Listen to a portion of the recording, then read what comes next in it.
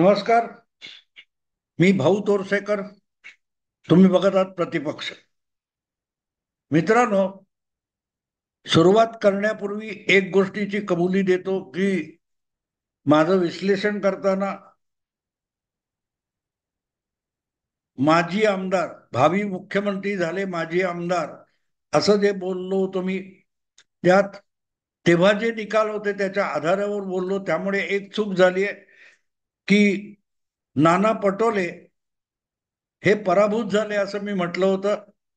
पण नंतर निकाल आले, त्याच्यात स्पष्ट म्हणजे फायनल निकाल आले, त्याच्यात नाना पटोले विजयी झाल्याचं आलंय. त्यामुळे त्यांच्याविषयी माझ्याकडून जे घाईगर्दीत चुकीचं बोललं गेलं त्याबद्दल मी क्षमा याचना करतो आणि आजच्या विषयाकडे वळतो. कारण आता निकाल स्पष्टपणे समोर आलेले आहेत आणि या निकालातून जी काही चर्चा वगैरे चालू आहे, या चर्चेच्या अनुषंगाने मी तुम्हाला सुरुवातीला सांगितलं की मी वेगवेगळे पैलू मांडणार आहे. किंबहुना खरं सांगायचं तर 20 नोव्हेंबरला मतदान झाल्यानंतर जे काय माझ्या लक्षात आलेलं होतं, मला जाणवलेलं होतं, माझ्या अभ्यासातून मला दिसत होतं, याच्यावर मी 20 नोव्हेंबरच्या मतदानानंतर 21 आणि 22 नोव्हेंबर या 2 दिवस, तीन तीन मिळून 6 व्हिडिओ टाकले होते. आणि 23 नोव्हेंबर नंतर म्हणजे मतमोजणी नंतर काय परिस्थिती होऊ शकते याविषयी मी जे 6 व्हिडिओ टाकले होते त्यात जवळजवळ त्यात मी जे काही माझं आकलन सांगितलं होतं ते आता खरं ठरलंय जवळजवळ बऱ्याच अंशी. तेव्हा अनेकांना असं वाटेल की मी आता निकाल लागल्यानंतर बोलतोय, जसं एकूण सगळ्या लोकांचं म्हणजे सगळे विश्लेषक, पत्रकार, संपादक ज्या प्रकारचं पांडित्य सांगतायत त्यांना या निवडणुकीचा अंदाज नव्हता. आणि मला होता असं मी म्हणणार नाही, पण जे समोर दिसत असतं ते अनेकदा आपण बघायला तयार नसतो आणि त्यामुळे आपण चुकीची निरीक्षणं नोंदवून ठेवतो. आणि जेव्हा वास्तव समोर येतं, ते वास्तव समोर आल्यानंतर आपल्याला तो चमत्कार वाटतो, पण तो चमत्कार नसतो, ती वस्तुस्थिती असते. मी नेहमी एक गोष्ट कथा म्हणून सांगतो की आपल्यासारखी सामान्य माणसं असतात, ती एखाद्या ठिकाणी मोठाच्या मोठा दगड, शिळा बघतात. आपल्याला तो फक्त दगड दिसत असतो, पण एखादा उत्तम कलावंत शिल्पकार असेल तर त्याला त्या दगडामध्ये, त्या शिळेमध्ये एक सुंदर मूर्ती दिसू शकते. आणि मग तो छिन्नी हातोडा घेऊन त्या दगडामधला अनावश्यक भाग बाजूला करत करत त्याची एक सुंदर मूर्ती घडवतो, शिल्प घडवतो. आणि ते शिल्प घडवल्यानंतर आपण अचंबित होऊन त्याच्याकडे बघायला लागतो. पण ते शिल्प त्याला पहिल्यापासून दिसलेलं असतं, ज्याला आपण दगड किंवा शिळा समजत असतो. तो दगड नसतो, त्याच्या लेखी ते शिल्प असतं किंवा ती मूर्ती असते. ती प्रकट तो करून दाखवतो आणि आपल्याला तो चमत्कार किंवा कौतुक वाटतं त्याचं. निवडणुका वगैरे गोष्टी आहेत, राजकारणातल्या घडामोडी आहेत, यांच्याकडे मी असाच डोळसपणे बघायचा प्रयत्न करतो की याच्यातून काही सापडतं का.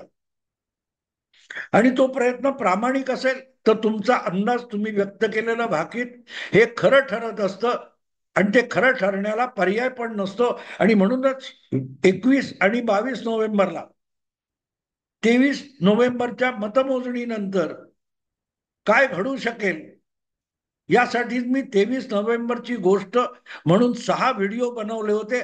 आज सुद्धा तुम्ही तिथे जाऊन बघू शकता, ते ऐकू शकता.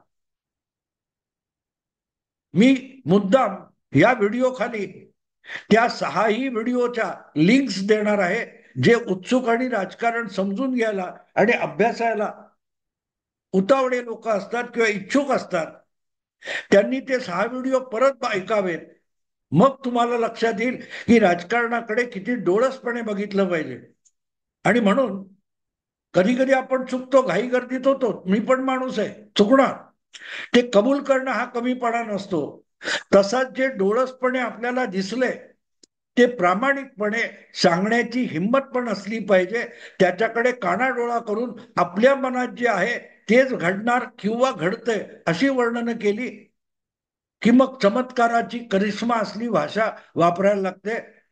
काल परवा विधानसभेचा जी निवडणूक संपली, मतमोजणी झाली, निकाल आले, तो म्हणूनच मला चमत्कार वाटत नाही, कारण हे होऊ घातलेलं मी बघितलेलं होतं आणि मी सांगितलेलं होतं.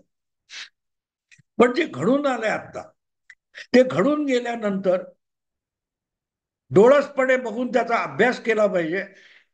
आणि तो डोळसपणे अभ्यास करताना मला एक गोष्ट आठवते की या निकालानंतर जी काय मतमोजणी होईल आणि निकाल समोर येईल त्यानंतर उद्धव ठाकरे यांच्या नेतृत्वाखालच्या उभाठा शिवसेनेचं भवितव्य काय असेल असा एक व्हिडिओ मी केला होता. पण त्याखेरीज लोकसभेतल्या निवडणुकीच्या निकालानंतर उद्धव ठाकरे जितके मुस्लिम मतदारांवर अवलंबून राहतील तेवढी त्यांची अधिक अधोगती होईल आणि त्यांचा पक्ष किंवा त्यांची संघटना याचा ऱ्हास होण्याला पर्याय नाही असं सुद्धा मी सातत्याने सांगत होतो. आणि आता ती परिस्थिती आलेली आहे, कारण एकूण महाविकास आघाडीच वाटोळं झालेलं आहे. त्या महाविकास आघाडीमध्ये उद्धव ठाकरे यांना फक्त 20 आमदार निवडून आणता आलेले आहेत. पण या 20 आमदारांकडे कसं बघायचं आणि ज्याला निवडणूक आयोगाने अधिकृत किंवा खरी शिवसेना म्हणून कौल दिलेला आहे त्या एकनाथ शिंदेनी निवडून आणलेल्या 57 आमदारांकडे कसं बघायचं याचंही एक स्वतंत्र विश्लेषण करणं मला अगत्याचं वाटतं. कारण 2024च्या विधानसभा निवडणुकीचा हा एक स्वतंत्र पैलू आहे. त्याची चर्चा फारशी झालेली नाही. गद्दार गद्दार, खोके खोके, दगाबाज, वाटेल ते मिंदे वगैरे सगळी भाषा वापरून झाली. आणि त्या उपर शेवटी मराठी मतदाराने नव्हे तर शिवसेनेच्या हिंदू मतदाराने उद्धव ठाकरेंना दाखवून दिलं की तुम्ही धादांत खोटे आहात, तुम्ही बाळासाहेबांचे पुत्र असाल, पण तुम्ही शिवसेनेच्या प्रमुखाचे, शिवसेना संस्थापकाचे पुत्र आणि वारसदार नक्की नाही.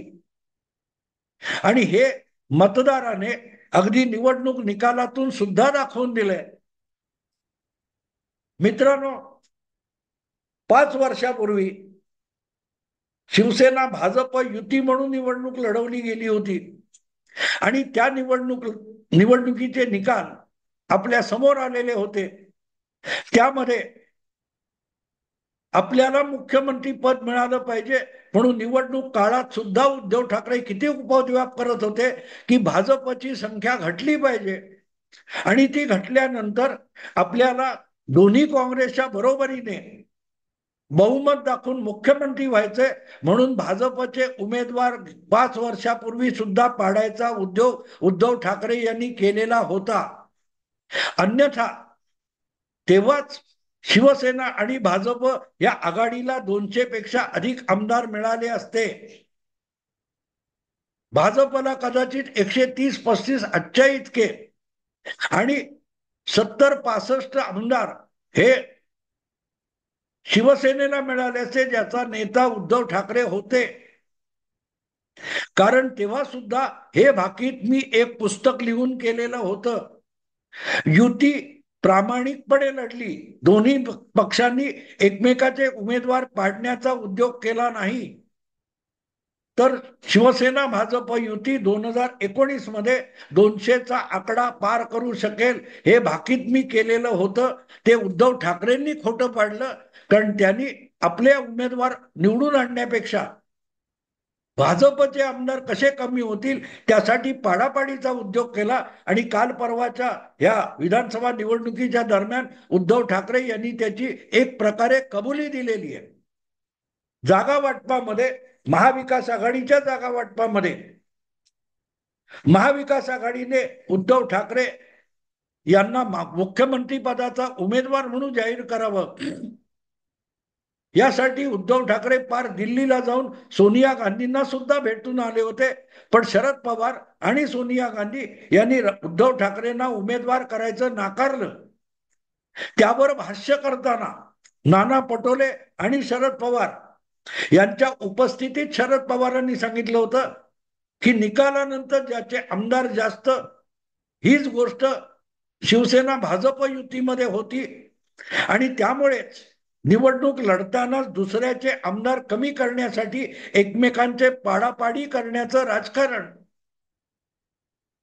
चालायचं. अशी कबुली कधी भाजपवाल्या कोणी दिली नाही. कदाचित करतच भाजपावाले असतील, पण त्यांनी कधी असं सांगितलं नाही की युतीमध्ये असताना दुसऱ्याचे मित्रपक्षाचे आमदार कमी करण्यासाठी आम्ही पाडापाडीचं राजकारण करतो, असं भाजपवाल्यांनी कधी सांगितलं नाही. पण महाविकास आघाडी आपल्याला मुख्यमंत्री पदाचा उमेदवार म्हणून जाहीर करत नाही. हे लक्षात आल्यानंतर संतापलेले उद्धव ठाकरे यांनी आपला मनातली गोष्ट आणि आपण आजवर केलेल्या राजकारणातलं सत्य सांगून टाकलं की युतीमध्ये असताना आम्ही भाजपचे उमेदवार पाडायचा उद्योग करत होतो.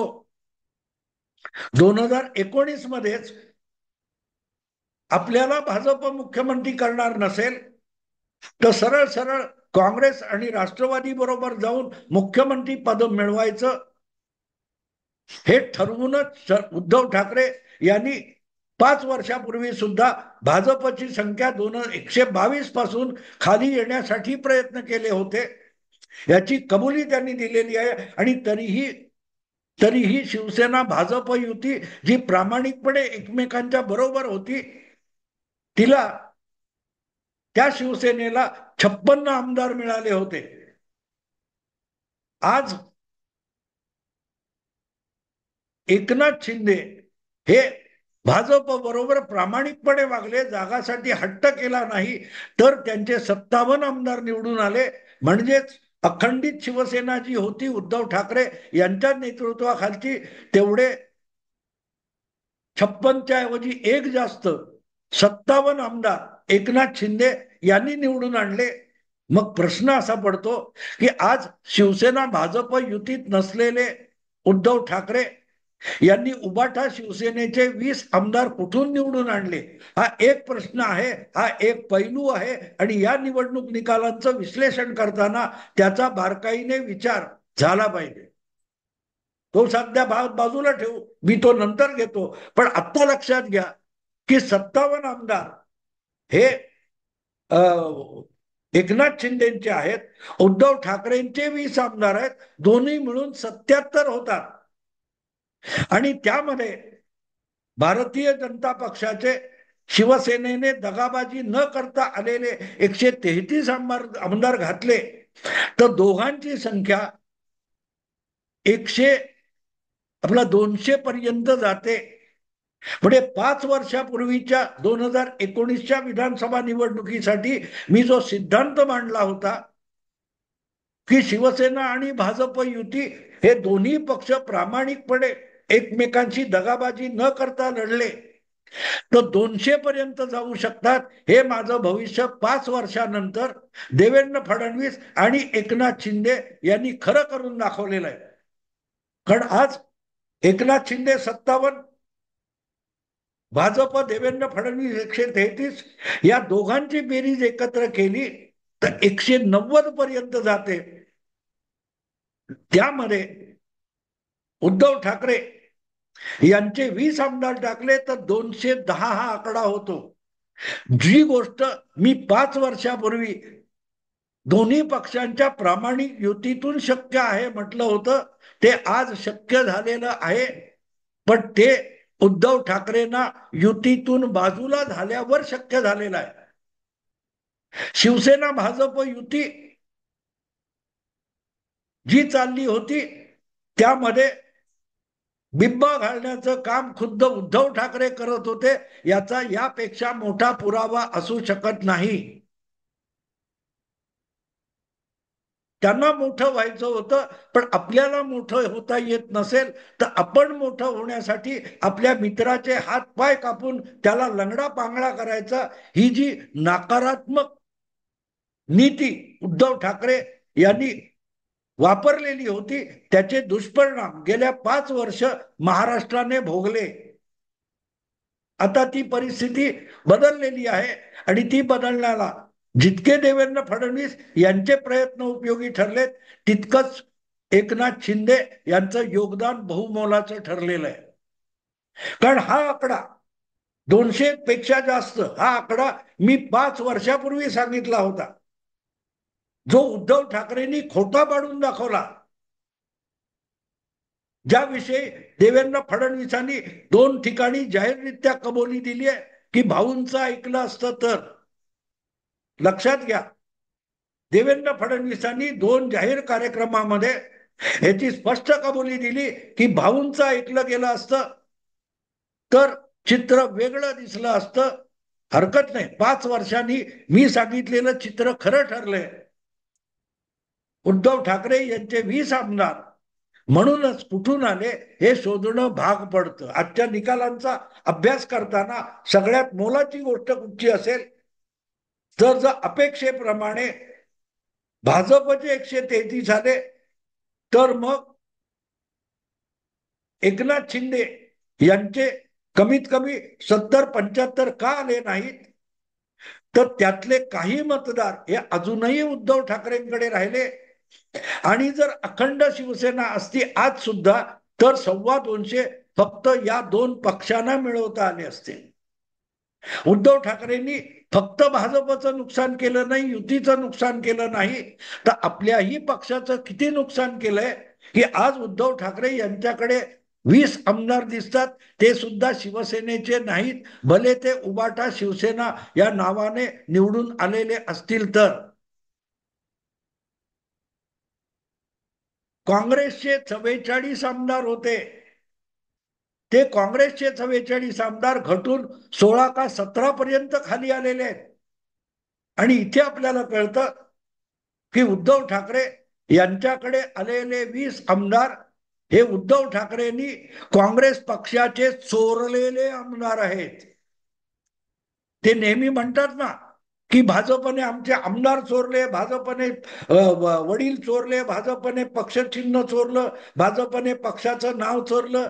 आज गंमत अशी आहे की एकनाथ शिंदेनी 56च्या ऐवजी 57 आमदार शिवसेना म्हणून निवडून आणले, तर मग उद्धव ठाकरे यांच्या खात्यात दिसणारे 20 आमदार आले कुठून? आणि काँग्रेसचे 44 आमदार होते विसर्जित विधानसभेमध्ये, ते आता 16 पर्यंत आले असतील, तर काँग्रेसचे 30 आमदार, 22 आमदार किंवा 28 आमदार कोणी चोरले, कुठे गेले?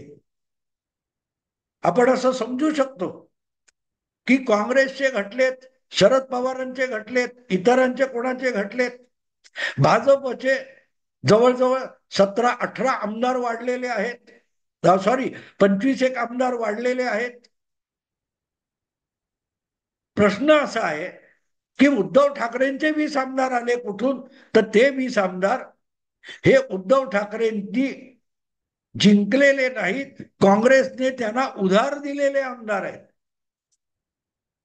उद्धव ठाकरे महाविकास आघाडीत नसते तरीही काँग्रेसला 16च्या ऐवजी कमीत कमी 26 ते 36 आमदार मिळाले असते.